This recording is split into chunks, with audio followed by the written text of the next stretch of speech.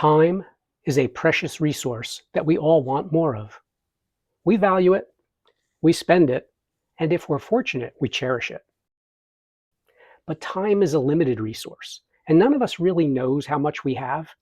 And when we feel like we don't have enough, well, we get overwhelmed, frustrated, and sometimes despair.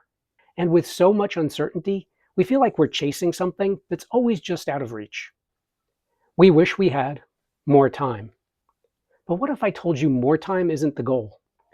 What if we could be liberated from the things that steal and control our time and find a new purpose with time freedom? Hi, I'm John. I'm 61 years old. I started working when I was 17 years old in my first job while I was still in high school, and then through college, and then I embarked on a 39-year career and continued working hard right up until a few months ago when I left the workforce. And all those years, I gave up portions of my time, pieces of my present, in exchange for a future where I believed I would have all the time I wanted. But it was when I turned 60, you see, the future was getting shorter, and the present was filled with work, stress, and obligations. So at a key moment when I was reflecting on my life and thinking about my future, I decided it was time to make some changes. In this video, I'll share the steps I took to take back my time and to create a new life prioritizing meaning and purpose. Each step builds on the last, and step 3 completely changed my perspective and actually accelerated my journey. Are you ready to gain time freedom and step into your best life? Let's get started. So as we start this discussion, keep in mind, these steps aren't some magic formula that creates instant success. Time freedom requires introspection and effort, but trust me, it's worth it. Have you ever stopped to think, where does all your time go? It can be hard, and most of us don't. But you see, as I said earlier, my time was wrapped up in cycles, systems that were taking pieces of my time and keeping me waiting for a future that I thought I wanted. As it turns out, I was wrapped up in 3 cycles that are pretty common. The first is the earn, buy, consume cycle. So I fell into this cycle when I was 17 years old, when I got my first job and I was still in high school. It was a good job, paid better than a lot of the things my friends were doing, and many of my friends didn't even have jobs. So stepping into a job that was paying a good wage and that was consistent. So I was working about 4 hours every day. I worked for a steel shipping company. And basically my job, I was the night dispatcher. So as soon as I started to earn some money, well, that felt pretty good. And of course, I did what any teenager would do. I spent it. I spent it to impress my friends. I spent it to have a good time. Eventually, I bought a car. But what did that create? A cycle where I had to earn more. So you see, earn, buy, consume, it catches us. Especially the buy and consume part, we're influenced everywhere by what we should buy, what we can buy. The next cycle came later when I left college and I started my career. I got caught up in the achievement cycle. So especially when I entered my 30s, the achievement cycle goes something like this. We set big goals, we work hard to achieve them, we focus on them, and we give it our all. And then when we reach that goal, we get recognition. And with that recognition comes the things we believe we want. More money, a promotion. It feels good. So what do? We move right on to the next big challenge. It didn't matter that we succeeded in one. That's the past. It's time to move on. And this cycle, it repeats itself.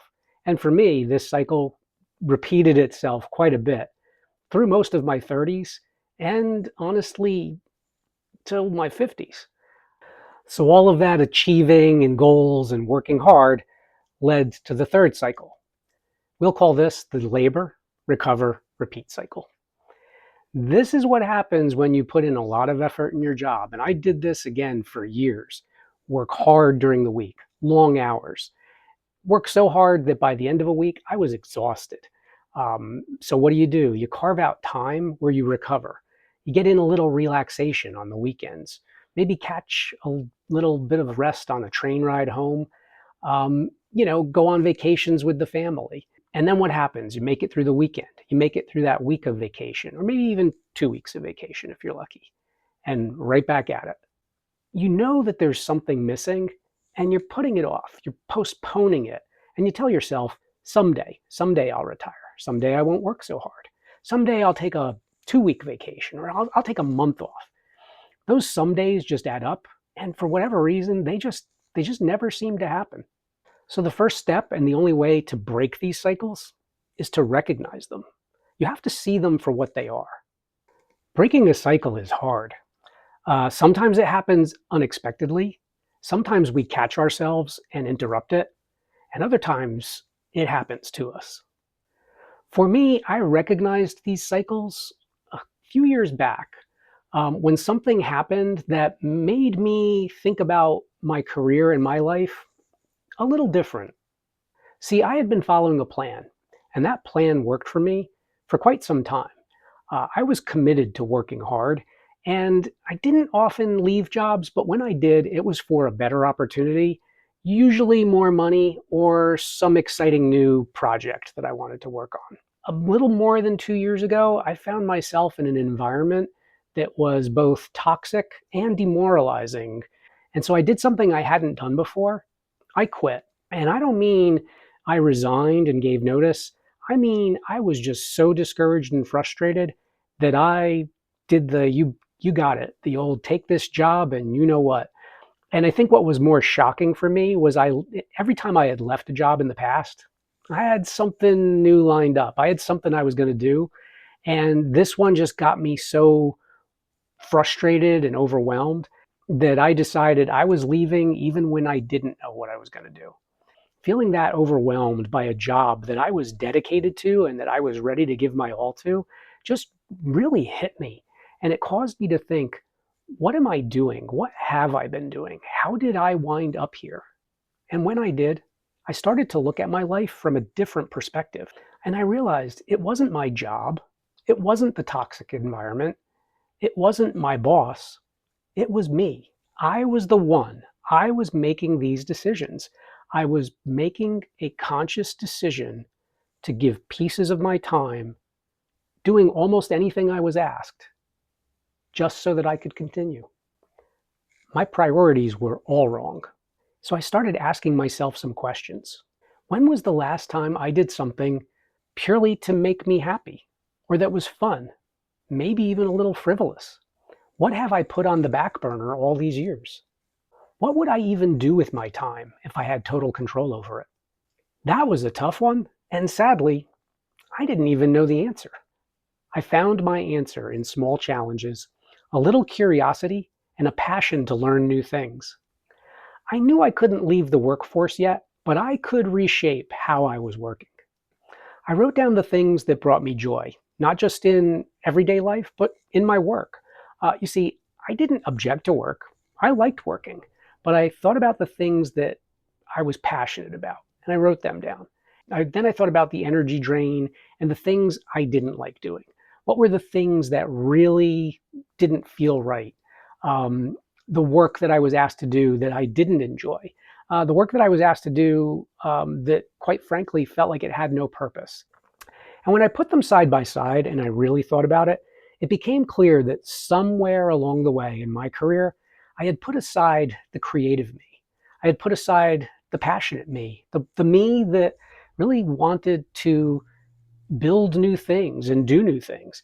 So at that point, I created a new strategy on how I was going to go about working and how I was going to create a 3-year plan to achieve full-time freedom. So I did go back to work. But when I looked for work, I made sure that it checked as many of the positive boxes on the positive side of my list that it could. I was looking for work that would allow me to be creative, helping to create communication plans, working with teams, training, and building new skills. This was exciting for me. And while I was doing this, I made sure I had some time for personal passion projects. At one point, I actually cut my hours way back, and I was making less money, but it was part of the plan. So I carved out time to work on some things that seemed like play, exploring, learning new things, but that I knew were an investment in myself for more time in the future. So the first things I did in that regard were I'd always had an interest in fitness and health and nutrition. So I got certified as a personal trainer. I achieved a certification in nutrition coaching. I started coaching other people and working with others to improve their health and well-being. And while I was working on creative elements for my job that was paying me, I started to learn more about editing videos and creating graphics and doing more creative work. And that ultimately led to this channel. When I started to look at myself and I entered this next chapter, I made some really critical investments. Not in stocks, not in bonds, not in cryptocurrency. I invested in my health, my well-being, and lifelong learning. As I said at the start of this video, time is precious and none of us know how much we have. But the time we have improves not only in quantity, but quality if we invest in our health and well-being. And I'm not just talking about exercise and nutrition. I'm talking about physical vitality. I'm talking about mental clarity through mindfulness. I'm talking about creating social connections to enhance our lives and the lives of others. And recognizing, as the saying goes, that when we take care of ourselves, we not only add years to our lives, we add life to our years. We can create new routines in our lives that empower us, make us feel better, and help us see clearly.